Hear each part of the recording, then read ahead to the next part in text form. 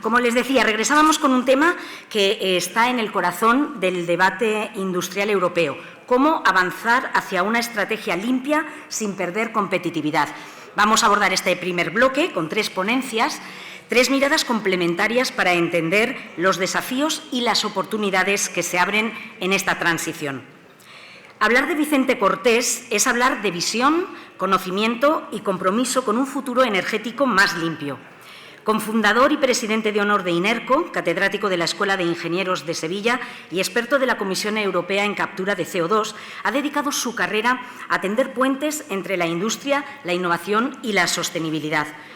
Reconocido con el Premio Nacional a la Trayectoria Profesional y también con una empresa distinguida por su contribución industrial, y es premio también de nuestra asociación de AIQB a la Trayectoria Industrial, Vicente representa la fuerza de quienes creen que la transición energética no es solo un reto, sino una oportunidad de transformación y un motor de progreso. Hoy, en su conferencia, que lleva el título «Energía limpia para la industria europea, retos y oportunidades en la transición», nos invita a mirar más allá de los límites, a imaginar una industria capaz de producir, competir y cuidar el planeta, todo al mismo tiempo. Ahí es nada, ese reto. Un viaje hacia el futuro de la energía guiado por una de las voces más respetadas en el camino hacia las 0 emisiones. Profesor, cuando quiera. Obviamente, dar las gracias a IQB. No solo por esta invitación que me honra y honra a INERCO, sino porque la historia de INERCO no puede entenderse sin las empresas que conforman hoy a IQB y E posteriormente. Estamos colaborando con IQB y sus empresas cuando la E no estaba incorporada todavía. No puede entenderse nuestra historia sin esa colaboración leal, directa, soportada tecnológicamente y, algo muy importante, poniéndonos en el lado de la realidad de la industria, más allá de planteamientos maximalistas y orientados a conseguir objetivos que se demuestran en la práctica inalcanzables. Por consiguiente, muchísimas gracias por esta oportunidad de dirigirme a todos vosotros. El título tiene 2 palabras claves: retos y oportunidades. Voy a hablar de ambas, evidentemente, pero quiero hacer una precisión inicial, y es que cuando planteo retos, muchos, los planteo desde una perspectiva posibilista, es decir, son identificación para poder poner en marcha los mecanismos para superarlos. En consecuencia, mi presentación tiene 2 bloques, por eso el primero está en gris y el segundo bloque, el más importante, está en verde. El gris se centra brevemente en la situación normativa de la Unión Europea y de la Comisión en particular, para poner de manifiesto que aparecen algunas luces esperanzadoras en el horizonte.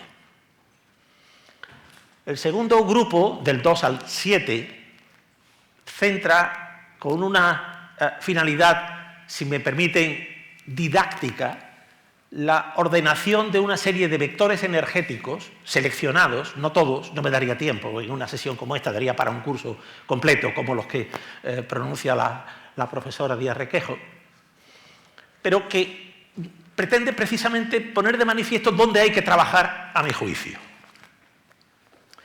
Yo le llamo el sexenio verde. El sexenio verde es la trayectoria anterior de la Comisión Europea, en donde del 2019 al 2024, en particular el año 23, a una auténtica efervescencia en disposiciones interrelacionadas entre sí, a veces contradictorias, difíciles de seguir, cientos de miles de páginas, de una complejidad absolutamente notable. Ese es el escenario a que la industria europea se enfrenta hoy aún. Claro, el resultado es esto.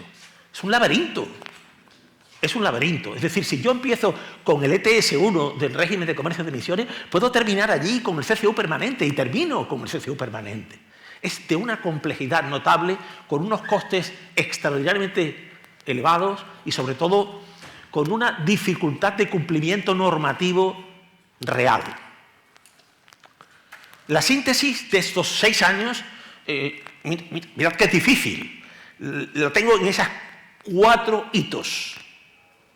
Es decir, objetivos de empleo de renovables, objetivos de reducción de emisiones, objetivos de empleo de materias primas y de, por favor, no me hable de carbono fósil, que no quiero nada con él.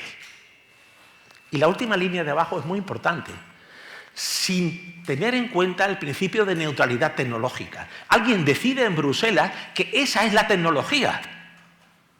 Pero puede haber otras, que si propicio su desarrollo, la ponga a competir, a lo mejor se desarrolla antes y a menores costes. Si ha elegido esa tecnología, ha cercenado la posibilidad de que otras evolucionen y se desarrollen. Ese es el escenario. Obligaciones, obligaciones y obligaciones. Y nadie piensa que para hacer una inversión, la inversión tiene que ser rentable. Porque si no, no la hago. Dedico ese dinero a un resort en República Dominicana. Y en consecuencia, si yo propicio una normativa que requiere una tecnología y requiere una planta y requiere una inversión, tendré que tener un business case que cierre para que me apruebe mi consejo de administración la inversión.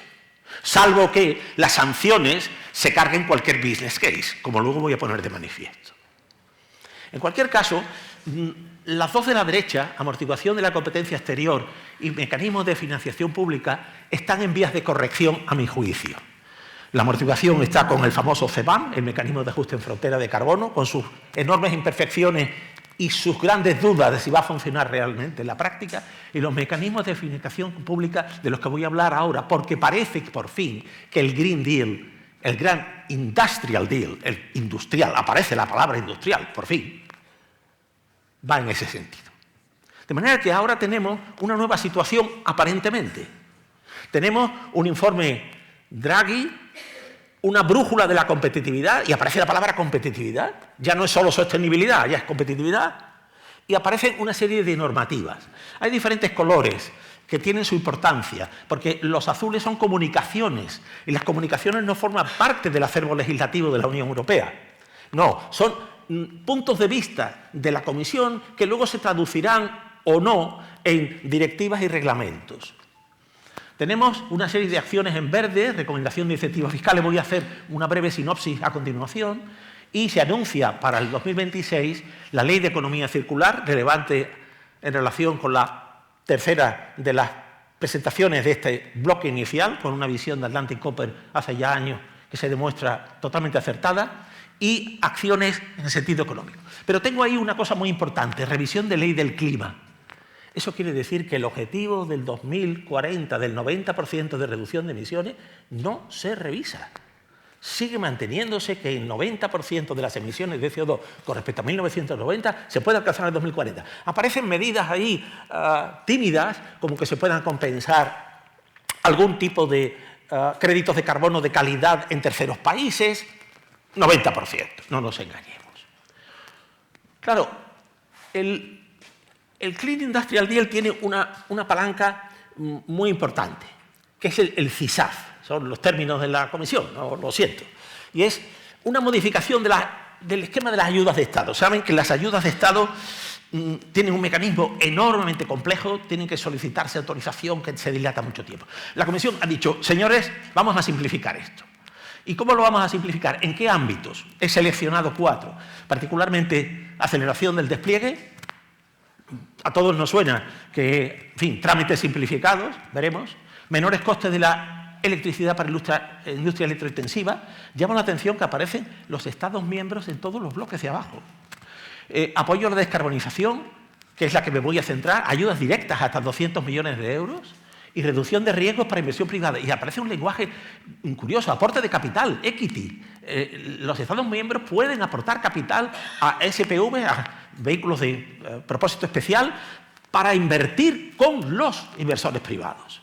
Claro, el problema está en los Estados miembros. Es decir, la Comisión ha dicho, señores, con cargo a sus presupuestos. Y esto que acabo de explicar, me he centrado en la parte de ayudas directas, que es la que más me interesa. Bueno, pues producción de hidrógeno, puede haber una ayuda de Estado, del Estado miembro, de hasta el 60% de los costes elegibles, eso sí, con un límite de 200 millones. Y lo mismo, 45, 35, 20, yo no voy a entrar en detalles. ¿Qué es lo que ocurre? Que hace una semana la noticia es esta. Es que España va a dedicar 700 millones a todo. A todo. Es decir, supuesto y real que solo se presenten 3 proyectos grandes, esos 3 proyectos agoten los 700 millones. Se acabó, ya no hay dinero para nadie. Con lo cual, es una situación que yo diría que es un poco perversa por parte de la Comisión. Es decir, vamos a repartir las responsabilidades, cada país que vaya a su velocidad en función de sus voluntades políticas, en función de sus capacidades presupuestarias y, en consecuencia, que invierta en lo que quiere invertir, teniendo en cuenta los objetivos comunitarios. He saltado esta porque simplemente lo que quiero poner de manifiesto es que hay acciones ya muy concretas, ¿no? Hay un tema para la industria química, para metales, esta es de hace 7 días. O sea, hay un plan de inversión sostenible que alguien podría decir que tiene que ver con la industria. Claro, es que ese plan de transporte sostenible requiere el empleo de algo que voy a usar mucho en lo que viene a continuación, que es el empleo de los RFNBOs. Y ese empleo del RFN hay que fabricarlos. Y para fabricarlos hace falta hidrógeno. Y para tener hidrógeno necesito que me apoyen la inversión. El problema está en la construcción de la Unión Europea.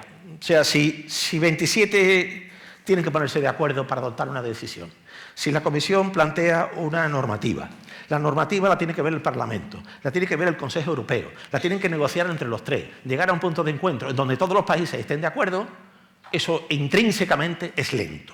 Yo no voy a entrar en los detalles, estas son ideas sacadas de un discurso de Mario Draghi en el Parlamento Europeo hace un mes, 2 meses. Y el centro me importa mucho. La coalición de los que realmente quieren y que los rezagados se queden atrás, lo cual engarza con lo de las ayudas de Estado. Es decir, si Alemania quiere dedicar 4.000 millones donde España dedica 700, pues Alemania dedicará 4.000 millones y España 700. ¿Cuál será el resultado? Pues que la industria española no estará a la altura de las necesidades. Este es el bloque inicial. El bloque inicial lo que quiere poner de manifiesto es que parece haber un cierto viraje en el sentido en el que se habla ahora de inversión en los proyectos, el Banco de Descarbonización Industrial, un banco como el Banco Europeo del Hidrógeno, acciones para entrar en el capital de sociedades que construyan plantas. Ese es un lenguaje muy diferente al anterior, en donde es 42% de hidrógeno y usted verá cómo lo hace. Pasamos al segundo bloque. Formas de energía para una industria baja en emisiones. Yo sostengo, y la inspiración me vino aquí en una conferencia en Huelva, que una cosa es descarbonizar y otra cosa es desfosilizar. Y siempre hablamos de descarbonizar, pero hay cosas que no descarbonizan, porque si yo utilizo un RFNO con carbono, por ejemplo metanol, no estoy descarbonizando, estoy desfosilizando si el CO2 no es fósil. Con lo cual tengo 2 grupos, a la izquierda en verde, descarbonizar, a la derecha en gris, desfosilizar. Estas son las herramientas que yo considero esenciales, bueno, no solo yo, mucha gente, esenciales para alcanzar esa reducción de emisiones que se va persiguiendo. Yo no voy a entrar en todas y cada una de ellas, he seleccionado algunas en las siguientes partes, pero sí he hecho una valoración personal que requiere un par de minutos para entender. A la izquierda tengo, en congruencia con la anterior, la descarbonización. A la derecha tengo la desfosilización. Y ahora tengo 2 parámetros de medida, que son la aplicabilidad y la relevancia. ¿Es aplicable? Sí. ¿Va a ser relevante dadas las condiciones de contorno? Sí, no, depende. La regla está al final. Mientras más grande es el diámetro, más relevante es la tecnología. Mientras más lleno esté esa circunferencia, más aplicable es. Ejemplo, hidrógeno. Relevante, muy relevante, máxima relevancia. La piedra angular de muchas de las transformaciones. Aplicabilidad, a mi criterio, hoy, un 25%. Segundo ejemplo, no voy a pasar por todos. Segundo ejemplo, electrificación para vapor. Aplicabilidad. Bien, completa, lo tengo prácticamente disponible. Relevante, bueno, puede abarcar las necesidades de vapor de la industria, no puede abarcar otras cosas. Y por consiguiente le doy diámetro medio, pero lo lleno. A la derecha, hidrógeno bajo en carbono, del que voy a hablar luego un momentito. Con las condiciones regulatorias, imposible. Por eso está vacío el círculo. Biogás, biometano, biomasa, biolíquidos. Relevante, muy relevante. Por eso está el círculo grande. Y, en consecuencia, aplicable. Medio círculo. Repito, esto es una valoración personal para digerir, digamos, en casa. No puedo pasar, podría pasar, pero sería toda la sesión dedicar a ver todas y cada una de esas variantes. Pero es mi visión personal a día de hoy. Esto dentro de 2 años seguro que hay que revisarlo. Y ahora voy a elegir 4 vectores energéticos. El primero, cómo no, si le he dado la máxima relevancia, el hidrógeno renovable. El término RFNBO, del que voy a hablar después, es el de combustibles renovables de base no biológica. ¿Por qué le pongo ese apellido? Porque tiene que cumplir un requisito que es el de máxima huella de carbono, 28,2. Por eso se llama hidrógeno RFNBO. Como vector energético, como materia prima, tendría otros. Pero, centrándome en el título de la conferencia, como vector energético, tengo esas 3 áreas a mi juicio. Retos en producción, retos en empleo como combustible y retos de la infraestructura y cadena de valor. Empiezo con los retos de los proyectos, que además subdivido en tecnológicos y regulatorios como principales para esta sesión. Podría estar hablando de los temas de cadena de suministro, con los temas de electrolizadores, financieros, colapso de solicitudes de conexión, offtake a largo plazo. No me voy a centrar, voy a centrar en los 2 verdes de arriba. Retos para la producción de hidrógeno de carácter tecnológico y de carácter regulatorio. De carácter tecnológico. Por naturaleza de la tecnología, las plantas son modulares. O sea, si yo quiero llegar a 240 megavatios, depende si puedo comprar de electrolizadores ahí disponibles de 10 megavatios, necesito 24. Consumos específicos. Son los que son. Es que el mínimo teórico está en 39. O sea, estoy en 55... Pues 55 quiere decir que de cada kilovatio que pongo en un electrolizador pierdo el 40%. Curvas de aprendizaje. ¿Va a mejorar el aprendizaje? No estoy hablando de CAPEX. ¿Va a mejorar ese rendimiento razonablemente en los próximos años? Muy poquito. 2 puntos, 1 punto, 3 puntos. Pero es que a la derecha tengo la degradación de los stacks. Y es que cada 1000 horas un electrolizador alcalino pierde 0,17% de rendimiento, con lo cual si empiezo en 55, termino en 57 o en 60. Es decir, que mi rendimiento va bajando, mi consumo específico va subiendo. Bien, esos son retos tecnológicos. Los fabricantes están en ello y están trabajando. Y veremos cómo esos 55 bajarán a 54 o 53. Pero son 1, 2 puntos. Pero es que la tecnología es como es.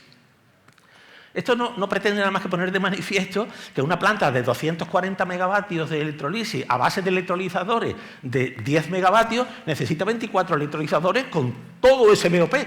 Bueno, no está representado el BOP, está nada más que representado el suministro eléctrico.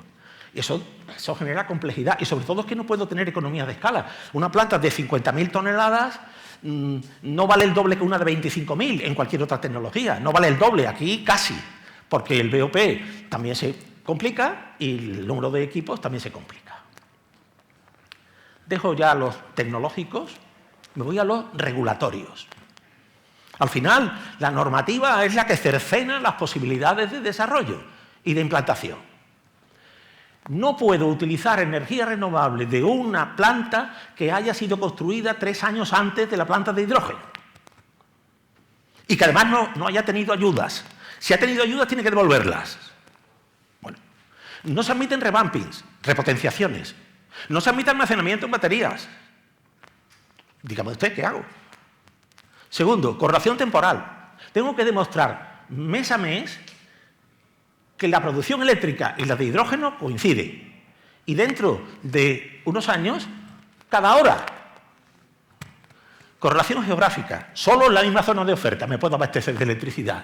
Trazabilidad, lógico, garantías de origen para asegurarme que efectivamente ese es un hidrógeno producido con electricidad renovable.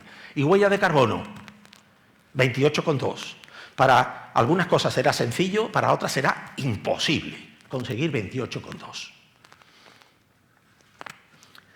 Esta es la oportunidad. Es un reto y una oportunidad. ¿Por qué? Y tengo una línea discontinua gris para marcar a la izquierda y a la derecha.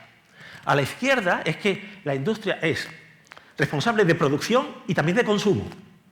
Pero a la derecha están todos los que están obligados a consumir. Con lo cual, la industria tiene que producir lo que estos sectores están obligados a consumir. Yo no voy a entrar en el detalle de si el 1% del FNBO, simplemente que hay unas obligaciones para el transporte por carretera, para el transporte marítimo y para el transporte de aviación. El transporte marítimo y aviación tiene una diferencia porque la aviación obliga a un porcentaje de SAF, mientras que el marítimo lo que obliga es a una reducción de emisiones. Bien, al final se traduce en que hay que emplear combustibles de esa naturaleza. Pero a mí el 42% de hidrógeno en la industria, con una serie de excepciones, en particular que hidrógeno que no se dedica a la producción de combustibles, etcétera, etcétera, no viene al caso entrar en ese detalle, pues supone una oportunidad porque hay que fabricar ese hidrógeno, pero a la vez supone un reto, porque utilizar un 42% de hidrógeno renovable a los precios a los que voy a comentar después, pues implica una serie de dificultades de tipo práctico y económico muy notables. Hay un estudio reciente, de hace un mes, que pone de manifiesto que en la Unión Europea hasta 2,8 millones de toneladas va a hacer falta de hidrógeno en la Unión Europea, repito, para abastecer, por un lado, las necesidades de refino y transporte por carretera, aviación, marítimo, y en la industria está un poquito más impreciso ese número, pero en cualquier caso, esto es en 2030. Esos porcentajes van a ir subiendo, con lo cual la necesidad de producir esta cantidad de hidrógeno está en la normativa hoy por hoy y además, como voy a poner de manifiesto dentro de un momento, amenazada de sanciones. Y aquí están las sanciones. Alguien podría pensar que esto es un problema de las refinerías. Esto es para productores de combustibles, lo que voy a explicar, y a mí no me afecta. Al final de la pantalla pondré de manifiesto que afecta a todos los industriales y a todos los usuarios. Fijaos, la red 3 fija cuotas mínimas de combustible, la que acabo de poner. Hay un 1% de RFNBOs, un 5% en el 2040, etcétera, etcétera. Bien, los Estados miembros tienen que asegurarse que haya esa disponibilidad de RFNBO para que los sectores puedan comprarlos y utilizarlos. Y si no, multa, que es lo que funciona. Multa, una penalización. Es decir, si usted tiene que producir tantas toneladas y no las ha producido, por la diferencia entre el objetivo y lo no producido, usted paga una multa. Bueno, esa multa, como voy a poner de manifiesto, al final se traduce en que fija el precio del mercado. A la derecha están las multas que ya están establecidas. España no la tiene establecida.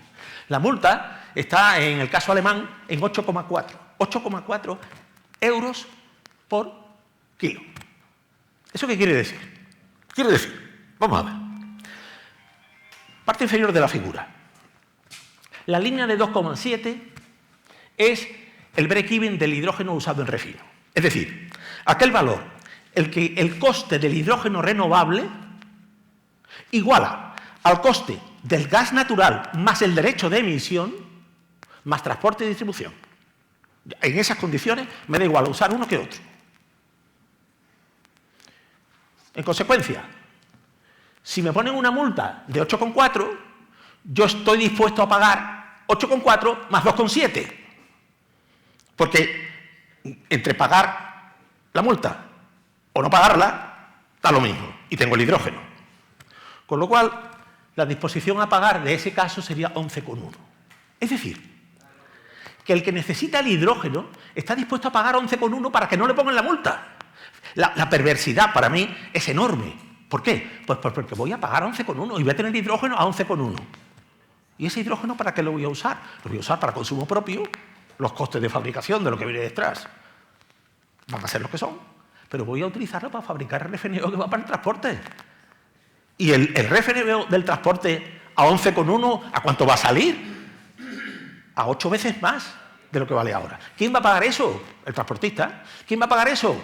El que recibe el producto. ¿Quién va a pagar eso? El consumidor. Luego, es de una perversidad tremenda. Esa multa se traslada a toda la cadena de valor de todos los usuarios. Insisto, tercera vez que lo digo, perverso.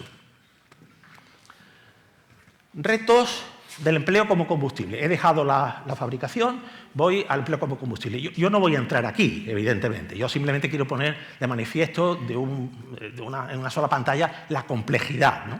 Desde el punto de vista de aplicaciones, el hidrógeno para temperaturas medias y altas, luego hablaré de electrificación al final, temperaturas a las que no puedo llegar hoy fácilmente con otras tecnologías, bueno, pues me puedo apoyar en el hidrógeno. Claro, el hidrógeno tiene una diferencia de propiedades con el gas natural enorme. Ahí están. Repito, no es el objetivo de esto no es una sesión técnica de detalle. Simplemente poner de manifiesto que yo no puedo cambiar un quemador de gas natural por uno de hidrógeno y bueno, vamos a funcionar con hidrógeno. En absoluto. No puedo hacerlo.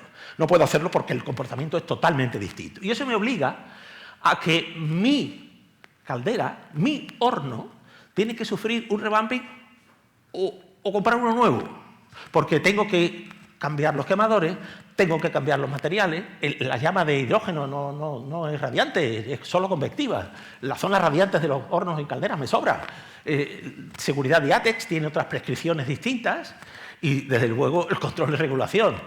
Yo no puedo regular de la misma manera un suministro de hidrógeno con unas propiedades totalmente distintas del gas natural. Lo que quiero decir con esto es que el empleo de hidrógeno como combustible no es una mera sustitución de un combustible por otro, sino que implica CAPEX, implica OPEX. Retos del empleo como combustible. Esto puede ser controvertido, yo ya lo anuncio. Económicos. Yo no he entrado en precios de los proyectos. Cada proyecto tiene sus números, tiene sus cálculos, tiene sus datos. Yo me he ido a fuentes oficiales. Hay 2 páginas, el Green Energy MIP Gas y la del MIP Gas, bien conocida, del gas natural. Ya hay una página de referencia con el precio del hidrógeno. La columna de la izquierda está cogida el 2 del 11, hace 12 días, 10 días. Y esos son los valores. 6,08 euros por kilo, que en euros por megavatio hora son 154,28. Derechos de emisión, ¿lo tiene? Y a la derecha tengo el gas natural, también página oficial, misma fecha. 30,16, derechos de emisión 15,7 con una emisión específica, 0,2 toneladas por megavatio hora, 45,9. Es decir, uso gas natural, pago el derecho de emisión y todavía estoy a 1/3 del coste del hidrógeno. Entonces, se me ha ocurrido, y me ha llevado tiempo, lo confieso, es decir, ¿cuánto tendría que valer el derecho de emisión? Es decir, esa penalización por usar gas natural para que el empleo del hidrógeno sea factible desde el punto de vista económico. Entonces he hecho un ejercicio, repito que me ha llevado tiempo, que yo no voy a explicar aquí en detalle, pero simplemente he manejado 3 o 4 variables. La primera variable que he tocado es el precio del hidrógeno. La segunda variable es algo que ni está ni se le espera, que son contratos por diferencia. Como existen en algunos países, contratos por diferencia, de manera que se fija un precio y si el precio sube, el Estado me paga, y si el precio baja, a veces, el industrial paga. Pero yo sé que en mi horizonte temporal que se establece en el contrato por diferencia, el precio va a ser fijo. Repito, ni está ni se le espera. Pero yo he trabajado con CFDs de 70, 80, 60, para decir, vamos a ponernos en un escenario ideal. Y luego he puesto también el CISAF, es decir, ese mecanismo de ayuda, de manera que hasta el 60% de la inversión podría sufrir una aportación desde el punto de vista de una ayuda de Estado.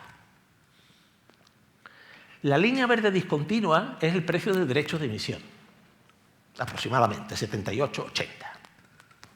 Los 2 mejores casos son el 6 y el 8. A precio de hoy, el derecho de emisión tendría que valer 724 euros para que desde ese punto de vista me compensase sustituir hidrógeno por gas natural, perdón, digo bien, hidrógeno por gas natural. 724, 10 veces el precio de hoy. Impensable. Pero el 6 y el 8 se aproximan. Y si miro qué es el 6 y el 8, el 6 es un hidrógeno a 120 euros megavatios y un contrato por diferencia de 80. No es exactamente así, pero el número redondo, 40, a 40 euros. Por cierto, muy parecido al precio del gas natural, claro. Si me lo bajan y me dan una ayuda para que valga igual que el gas natural, pues el coste del derecho de emisión será el mismo, claro, normal. Y el 8, hidrógeno a 100 euros megavatio hora, aproximadamente un 60% del coste actual, un CFD de 60, neto 40 y un CISAF. Con lo cual, lo que quiero decir es que, y última línea, para aproximarme, no llegar aún, al precio del derecho de emisión ahora, el hidrógeno tendría que valer 1,6 euros por kilo. Y ese número seguro que a los que lo producen hoy les suena. Termino con los retos del hidrógeno. Estaba con los retos de la producción y, en segundo lugar, los retos de empleo como combustible y, en tercer lugar, los retos de infraestructuras. Claro, la producción de hidrógeno, para que sea ese hidrógeno utilizado y empleado y exportado en la forma que sea a otros sectores, necesita infraestructuras, interconexiones, que hay que poner en práctica, infraestructuras eléctricas de suministro. Si afortunadamente la delegada, que felicito por tu también, y repito el mismo término, pasión e involucración en el tema industrial, pues ha puesto de manifiesto que eso está en la planificación ya. Bien, hay que tenerlo, pero ya está en la planificación. Es un paso. Sin planificación no habrá inversión. Y en tercer lugar, la reconversión de capacidades industriales y algo que me importa mucho, que es las nuevas necesidades para la industria auxiliar. La industria auxiliar está llevada a acompañar este proceso en esta evolución que se ha mencionado anteriormente de forma absolutamente necesaria, porque sin industria auxiliar, evidentemente, la industria generadora no tiene esa capacidad. RFNBO con carbono, el segundo de los 4 vectores que voy a examinar. Para contextualizar, explico brevemente los RFNBOs, que son los combustibles renovables de origen no biológico. El no biológico no se refiere al CO2, hay que tener cuidado, se refiere a la energía utilizada para la fabricación de hidrógeno, que no puede provenir de biomasa, pero no se refiere al CO2, que puede ser fósil o biogénico. Los que están en verde son los que me interesan, es decir, aquellos que tienen carbono, porque los de arriba ya lo he examinado, hidrógeno, y el amoníaco como vector energético en la industria no me parece que tenga digamos, una importancia relevante, energético, no estoy hablando de materia prima. Bien, metano, dimetiléter, metanol, que son la piedra angular para fabricar una serie de combustibles. Como he dicho antes, el término no biológico no se refiere al origen del CO2, que puede ser fósil, con un horizonte temporal ya conocido de 2036, 1 de enero, el de industria, también fósil, 2041, plantas de biogás, combustión de biomasa y de RFNBO, es decir, un poco cerrar el círculo, y aire, que personalmente tengo serias dudas sobre eso de la captura del CO2 del aire, que está todos los días en todos los medios. Las rutas de fabricación, repito, yo no pretendo entrar en un detalle técnico, simplemente poner de manifiesto que requieren un proceso de electrolisis convencional, alcalino, PEM, o avanzado, como el de óxido sólido, con incorporación de CO2, para, mediante una serie de reacciones, obtener metano, metanol, dimetiléter y e-fuels. Repito, el proceso descansa en la electrolisis para producir hidrógeno y en el aporte de CO2, que tendré que ver de dónde lo obtengo, luego voy a analizar las distintas alternativas, para, en consecuencia, combinarlos mediante unos procesos que unos están muy desarrollados, como son la hidrogenación indirecta, y otros que están, como se ve por el color del TRL, en una fase un poco más atrás. Claro, antes he mencionado que hace falta cumplir un requisito de huella de carbono, 28,2. Claro, el proceso completo es este, en donde yo tengo un proceso que genera el CO2, una planta de captura que lo separa del resto de los gases, una electrolisis que me produce hidrógeno y una combinación de hidrógeno y CO2 en un proceso de conversión genérico para fabricar un producto, un e-fuel. Y ahora ese e-fuel se lo entrego a un operador logístico que realiza el transporte y distribución para que alguien lo emplee posteriormente. Pues bien, los 28,2 es la suma del 2 al 7 menos el 1. Pero con la cuestión de que el 6 y el 7, yo como fabricante, que tengo que responder de 28,2, no lo controlo. No lo controlo.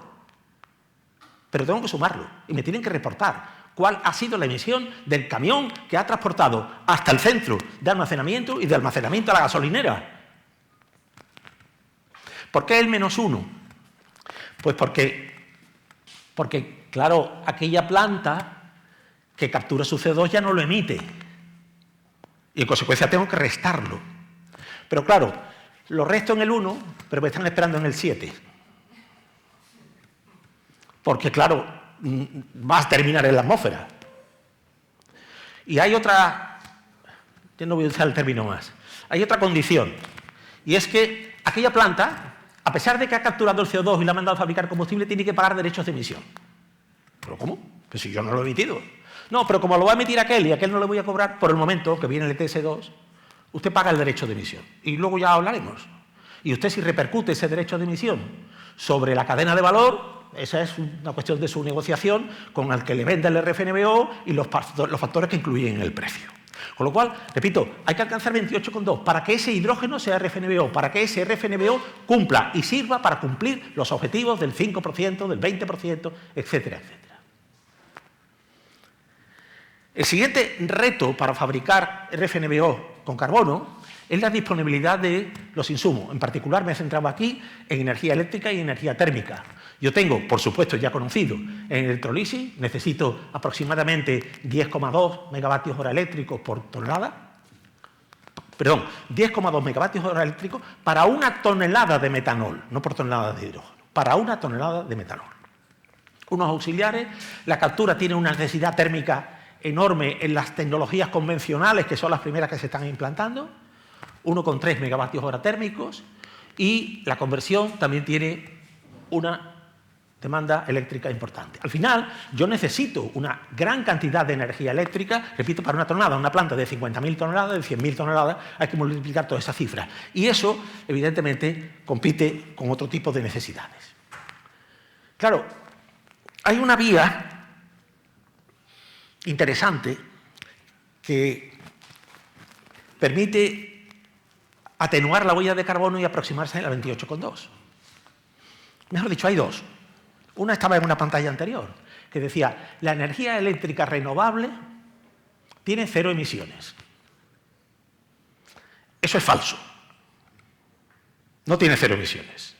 Tiene 0 emisiones, casi 0 emisiones, la producción eléctrica de esta planta. Pero si yo cojo el ciclo de vida, la fabricación del panel, módulo, no tiene 0 emisiones. Tiene 35 gramos kilovatio hora. Muy poquito.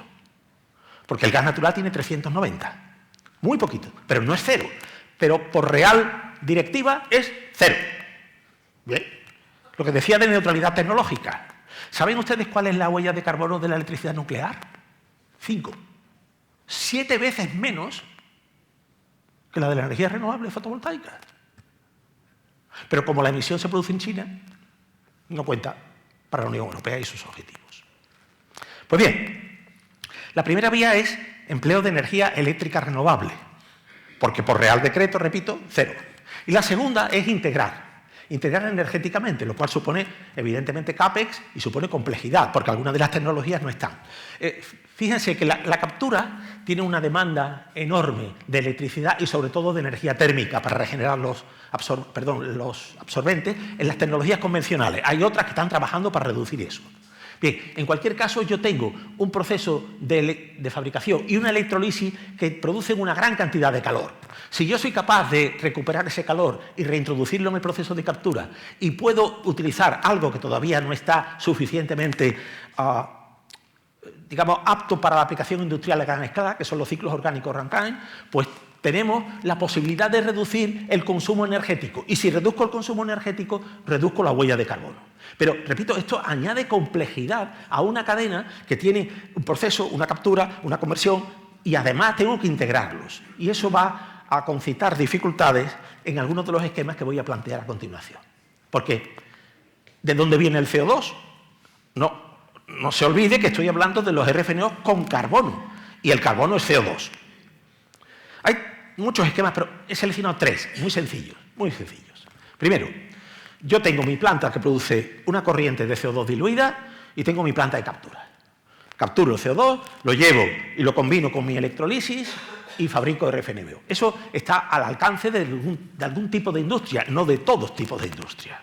Pero en cualquier caso es sencillo, porque yo controlo, yo soy el operador de todo y propietario de todo, yo controlo las características de los insumos, la huella de carbono, sé cuándo voy a tener disponibilidad de CO2 y cuándo no voy a tener disponibilidad de CO2, la trazabilidad. Bien, es relativamente sencillo, eso sí, si se para la planta original, paro todo, porque como no tengo CO2, no tengo que parar la electrolisis, no fabrico metanol, se complica. Segunda opción, algo que está empezando a sonar mucho: captura como servicio. Llega alguien que dice, yo me voy a ocupar de hacer la inversión, me voy a ocupar de la operación y me voy a ocupar del mantenimiento de la planta de captura. Usted me suministra en estas condiciones un gas, mediante un contrato, yo se lo voy a pagar en estas condiciones y yo me ocupo de la planta. Y usted se olvida del tema. ¿Que quiere CO2? Yo se lo vendo, pero también se lo vendo a otros. Ese es un esquema interesante porque, como propietario de la planta generadora de la corriente diluida de CO2, no tengo que cometer una inversión. La comete otro. Y los riesgos los asume otro. Eso sí, a cambio de un contrato a largo plazo para yo suministrarle ese tipo de cuestiones.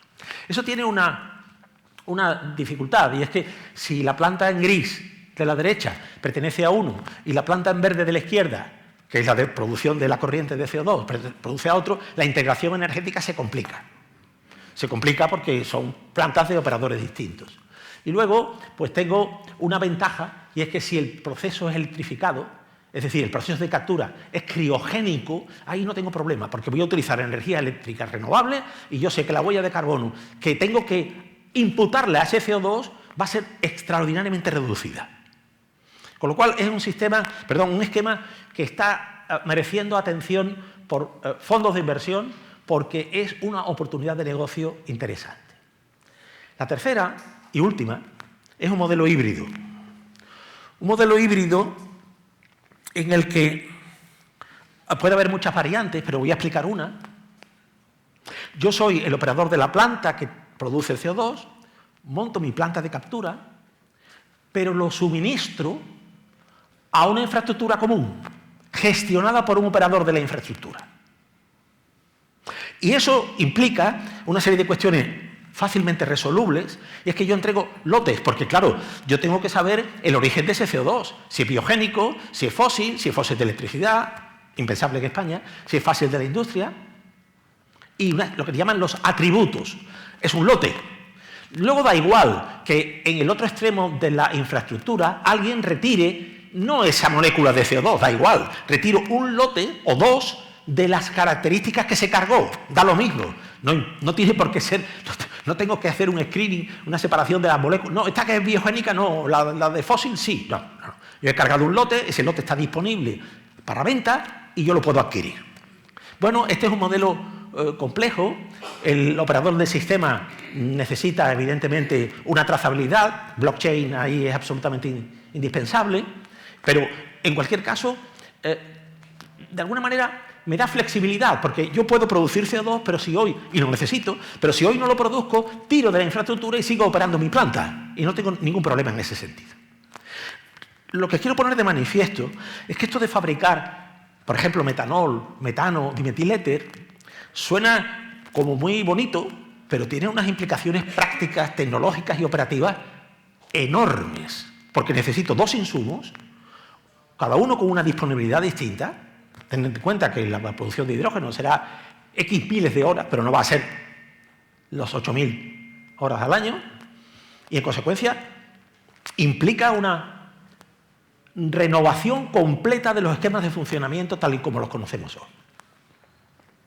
Me quedan dos bloques. hidrógeno y combustibles bajos en carbono y electrificación. Este es el que decía anteriormente que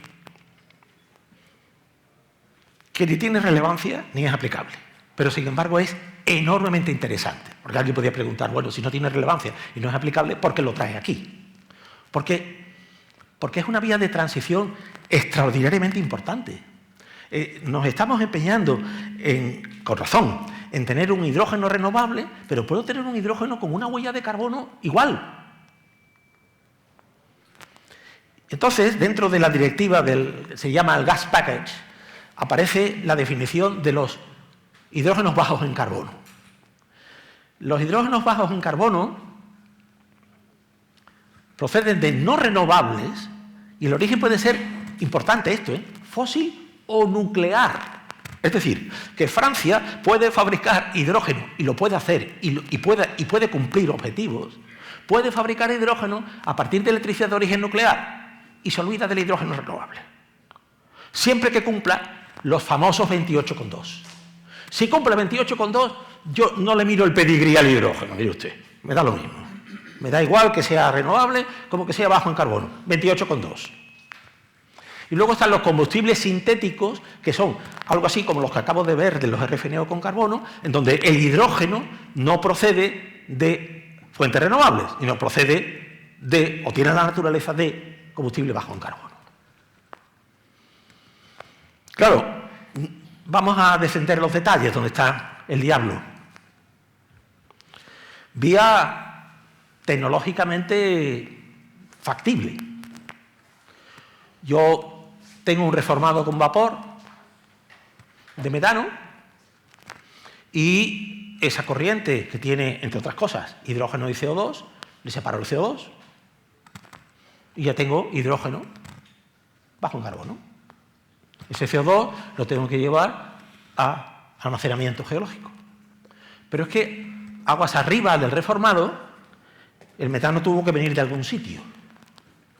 Y hay dos vías: gas natural licuado o por tubería. Hay otras rutas tecnológicas, hay algunas que está gustando mucho, pero que, en fin, que se viene haciendo hace mucho tiempo, que es la fabricación de negro de humo, es decir, pirolizar el metano para sacar el carbono. Ahí el producto era el carbono, no el hidrógeno. Y me quedo con el hidrógeno. Pero sin entrar en esos detalles, me quedo arriba. Y ahora, repito, empieza a sumar. Y resulta que los valores de referencia de la Comisión Europea para el upstream en la explotación y la producción del metano me dan 10,3 gramos de CO2 por mega. Obsérvese que voy buscando 28. Ya tengo 10. Sin nada. Sin hacer nada. Ahora lo transporto por barco desde USA. Por cierto, como decía el consejero delegado de Repsol, hipocresía fascinante. O sea, no queremos usar gas natural, pero le compramos a Estados Unidos 750 millones ya me he perdido, 750 millones de euros al año de gas natural que viene en barco con una emisión de 17,2. Es decir, que en el momento en el que yo tengo el gas natural en las puertas del reformado, ya tengo 27,5. ¿Cuánto me queda para 28,2? Nada. O sea, que no. Que más vale que no. Claro, la opción de tubería es interesante, porque a efectos prácticos es 0,0. En la práctica no es. Hay una pequeña cantidad porque hay fugas y tal, pero 0,0. Luego la opción de abajo sí tiene viabilidad, pero pensar en fabricar hidrógeno bajo en carbono a partir de gas natural licuado traído por barco no parece que sea factible. Porque es que además, en toda la cadena, obsérvese en particular, a mí me llama mucho la atención, el 6 y el 7. O sea, yo tengo que sumar en el transporte del CO2 cuánto CO2 se ha perdido en el transporte, en el trasiego, cuánto CO2 ha emitido el barco por los combustibles que ha utilizado, cuánto CO2 ha emitido la plataforma por el diésel que ha utilizado en las bombas de inyección. ¿Y eso cómo lo calculo? Sí, habrá valores de referencia. Bueno, a 28 no llego. Con lo cual, la conclusión de hace un rato es que ni es aplicable ni es relevante. Porque con estas reglas de juego no va a ser posible fabricar hidrógeno bajo en carbono. Por esta vía. Último bloque antes de las conclusiones. Electrificación directa. ¿Por qué le llamo directa? Porque para mí la fabricación de hidrógeno es una electrificación indirecta. Es decir, estoy transformando electricidad en un vector energético. Pero esto es empleo directo de electricidad en procesos industriales. A la izquierda tengo la fotografía de hoy. Y hoy la energía final en la industria está abastecida por aproximadamente un 60% de combustibles fósiles. Y se pretende una transformación casi total, puesto que las emisiones en el 2050, 40-50, la diferencia es muy pequeña, de las emisiones de energía en la industria tienen que ser de 10 millones de toneladas al año. En este momento estamos en 300. La bajada, pues eso, del 90%. Bien. La energía para procesos térmicos es aproximadamente el 70%. Luego hay otras energías que ya se usa electricidad. Energía para procesos térmicos, 70%. Y dentro de esos 70%, la distribución por rangos de temperatura, que tiene una extraordinaria importancia, aparece a la derecha. Y como siempre, esa línea verde discontinua marca que de ella hacia arriba tengo aproximadamente el 60%. Eso son buenas noticias. Eso son buenas noticias porque indica que el 60% de esos 1.750 teravatios hora tienen un rango de temperatura compatible con tecnologías que hoy están próximas a ser aplicables. No están totalmente aplicables en muchos casos, pero está avanzándose muy rápidamente en que eso ocurra. La parte inferior de rangos de temperatura superiores no tiene procesos industrialmente aplicables a gran escala en la actualidad. Y eso se ilustra en que cada sector tiene un perfil muy distinto.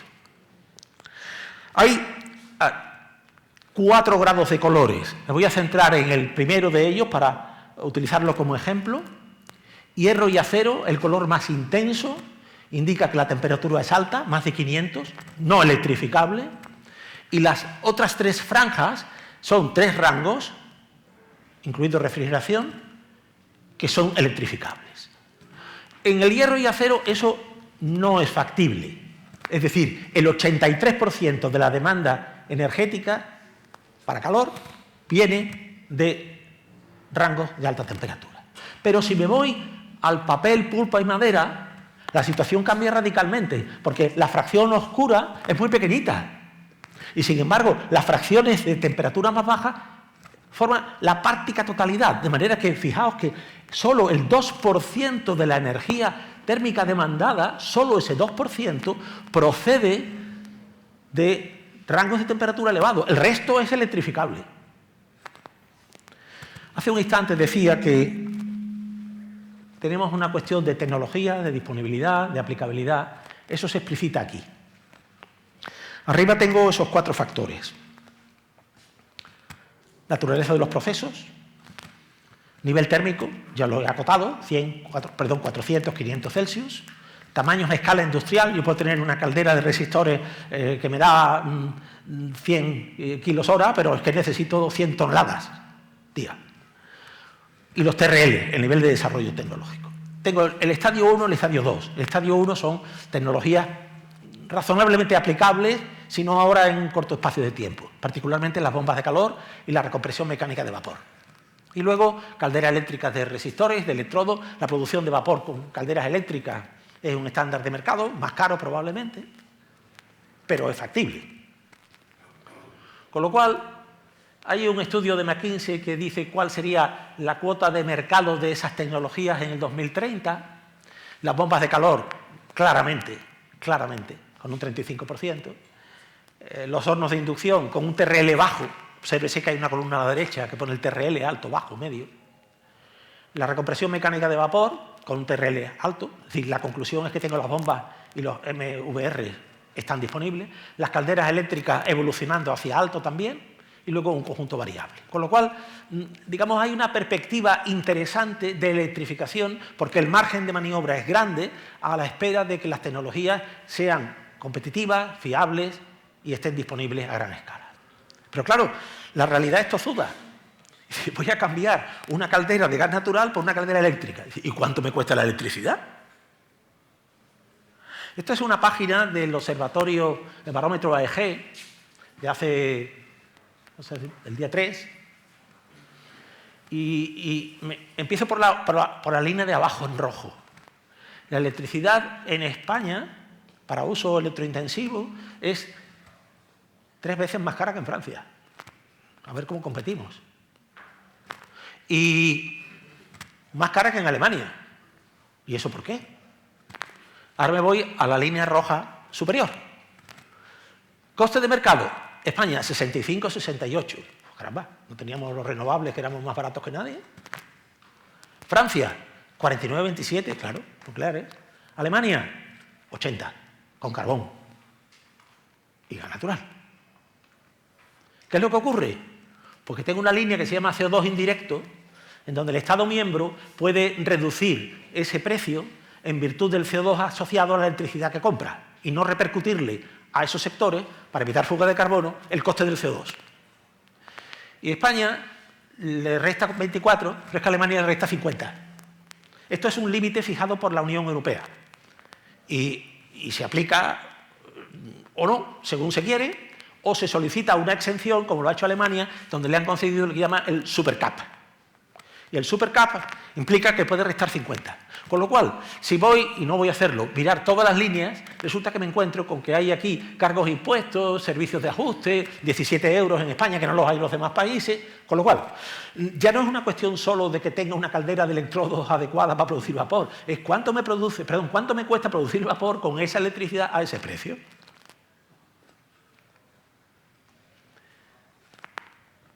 Termino con la electrificación con esta pantalla. Barreras técnicas. Ya lo he dicho, los TRLs, nivel de disponibilidad tecnológica de los procesos. Yo tengo que rediseñar mi proceso. O sea, yo antes tenía una caldera que gestionaba flujos de aire, de combustible, y ahora gestiono amperios. Bueno, pues lo mismo no podrá ser. Ni el sistema de control será el mismo. Tendré que rehacerlo. Y la tentación a veces es decir, bueno, ¿lo rehago o es que me compro una caldera eléctrica? ¿Qué es lo que voy a hacer? Económico. CAPEX. Y sobre todo es que tengo una instalación que a lo mejor tiene una vida útil remanente y que la sacrifico para cambiarme a energía eléctrica. Y luego, lo acabo de mencionar, el precio de la electricidad frente al precio del gas natural y el derecho de emisión. Bueno, ahí hay un factor de no competitividad claro. Y luego estructurales. Voy a tener también las infraestructuras para tener esa energía eléctrica que compite, por cierto, con la energía eléctrica del hidrógeno, la energía eléctrica del RFNBO y la energía eléctrica de los centros de datos donde los haya. Pues no lo sé. La electricidad renovable va a ser un bien escaso. Digo bien escaso en el supuesto de que todos los objetivos de implantación de nuevas tecnologías se materialicen, porque es que las necesidades son ingentes y la competencia que he mencionado anteriormente. Termino. He seleccionado, antes de terminar, perdón, he seleccionado esta comparativa que se ve en algunos sitios. Voy a producir vapor con hidrógeno. Oiga, y si lo produce con electricidad de 100 kilovatios, tiene 98 kilovatios hora. Y si lo produce con hidrógeno, como la electrolisis pierde 34, solo me quedan 55. Mala idea esta de producir vapor con hidrógeno. Si puedo producirlo por la vía directa, además simple y sencilla, ¿para qué me voy a meter en toda aquella complejidad práctica? Ahora sí. 8 conclusiones.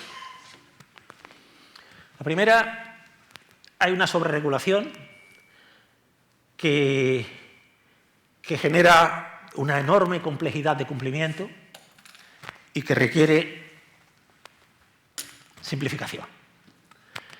Un rayo de esperanza en el Clean Industrial Deal. Esperemos que se materialice, lo que pasa es que los tiempos son los que son. Es una oportunidad incierta, porque hay que, como siempre, recurrir a procesos de concurrencia competitiva que se eternizan, los recursos, las alegaciones. Al final, el dinero, cuando llega, a veces llega tarde y mal. Hay una voluntad de avanzar, pero depende de los Estados miembros. Y no todos tienen la misma vocación ni la misma disponibilidad presupuestaria. De manera que conviene estar muy pendientes, porque hay mucho movimiento en la Unión Europea en este momento. Han tomado conciencia de que así no vamos a ningún sitio. Otra cosa es que sea factible poner en práctica las herramientas para corregir la trayectoria. En la parte de los vectores energéticos, los retos del hidrógeno los he visto: producción, empleo como combustible y la infraestructura. Los retos del RFNO son, en particular, el tema de la disponibilidad de CO2 y el tema de la regulación en lo que afecta al cumplimiento de la huella de carbono.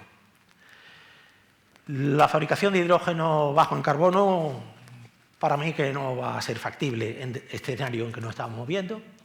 Y, finalmente, la electrificación a calor para baja y media temperatura sí es factible. Supondría un avance notable una vez que los retos y las barreras que he puesto de manifiesto se consigan solventar. Nada más, muchas gracias. Continuamos ahora con Patricio Navarro. Ingeniero superior industrial, desarrolló su labor en INERCO durante más de 28 años, siendo desde 2001 el responsable del desarrollo de negocio de INERCO, liderando la expansión internacional en Europa, USA, Latinoamérica, Norte de África, Oriente Medio, Turquía y Asia, en sectores siempre estratégicos. Desde 2023 es el director de desarrollo de negocio en Alter Enersun. Vivimos un momento clave. La energía cambia y con ella cambia el mundo. Con él vamos a descubrir, pues esperamos, cómo impulsar la electrificación y las energías renovables sin que la industria pierda su ritmo, su pulso y su fuerza competitiva, con su conferencia Electrificación y energía renovable, cómo acelerar la transición sin perder competitividad. Y desde ahora usted tiene 20 minutos. Muchísimas gracias. Aprovecho, mientras pone la presentación, agradecer a la IQB que cuente con Alter Enersun. Nosotros somos parte de la IQBE. También agradezco a Vicente la magnífica exposición que ha hecho. He tenido la suerte el privilegio de compartir con él 28 años de vida profesional y la verdad es que me lo ha dejado muy fácil. Y por suerte no llego al nivel que él ha presentado, pero vamos a sentar estos conceptos que Vicente ha puesto en su presentación. Y sin más, que solamente tengo 20 minutos y también daría para un curso esta materia, la ponencia se titula Electrificación y energía renovable. ¿Cómo acelerar la transición sin perder competitividad? Realmente, después de escuchar a Vicente, un desafío extremo. ¿Cómo se pasa la transparencia? Perdón. Simplemente dale, ¿no? Aquí. Muy bien. Bueno, pues este es el desafío extremo. Yo no quería hacer un spoiler, pero espero que no sea el final de la película. Esto es una noticia del viernes pasado, del día 7. La industria química amenaza con llevarse 26.000 millones de inversión en 10 años. De esto estamos hablando. De la viabilidad, de la competitividad, del desarrollo, del progreso. Yo la puse porque baraja deslocalizada por el precio de la energía, pero además por la competencia tan feroz que encuentra con productos exteriores, turcos y chinos. Es decir, lo que ha presentado Vicente estaría muy bien si fuesen las reglas para todos. Hace falta una mente muy privilegiada para diseñar un concepto tan complejo de desarrollo industrial, de uso, de descarbonización. El problema es que nos lo estamos imponiendo a nosotros mismos y queremos que el que venga lo aplique. Algunos ya están diciendo, conmigo no cuentes. La semana pasada Qatar ya anunció que si pretendemos que aplicarle la directiva de diligencia debida, que no contemos con su gas, que hay mucha gente que lo puede vender. ¿Vale? Es decir, que estos son reglas del juego complejas en un club muy selecto, ¿vale? Pero bueno, son las que tenemos que jugar, ¿de acuerdo? Y estamos los que estamos. Y lo que tenemos que hacer es desarrollar, crecer y ser competitivos. ¿Cuál es el problema de la transición energética en España? En primer lugar, la descoordinación que hay entre política que no existe, energética, y política industrial. Es decir, un dato, el año pasado 18 gigas de consumo, de solicitudes de consumo por nuevas inversiones fueron rechazadas y solamente se aceptaron 2 gigas.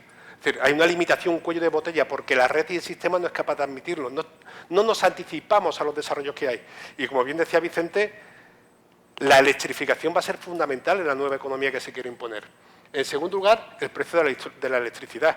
El precio no es el coste de su generación, como finalmente decía Vicente, es cuánto pago finalmente, porque es el coste de la energía más todos los recargos, tasas, impuestos y servicios que me cobran en la tarifa. Y se multiplica, como veremos, casi por 2 del precio de la energía. En tercer lugar, por supuesto, hay un colapso de la red eléctrica, hay falta de capacidad, en tanto en distribución, hay que desarrollar, está complicado ahora mismo pedir puntos de consumo y de generación también. Y, por supuesto, cualquier modificación sobre elevadas inversiones para descarbonizarse o electrificar procesos. ¿Por qué? Nos tiene que pillar en el ciclo de inversión de las empresas, de las industrias. Y ahora estamos complementando, sustituyendo un CAPEX que ya existe, una instalación que ya existe. Y por último, bueno, después de escuchar a Vicente no hace falta explicar lo complejo que es el marco regulatorio y lo que viene. Eso es, pese a la buena voluntad y la intención que está por parte de todos los que estamos aquí y de la Administración en facilitar los temas, pero las reglas del juego son complicadas. Muy bien.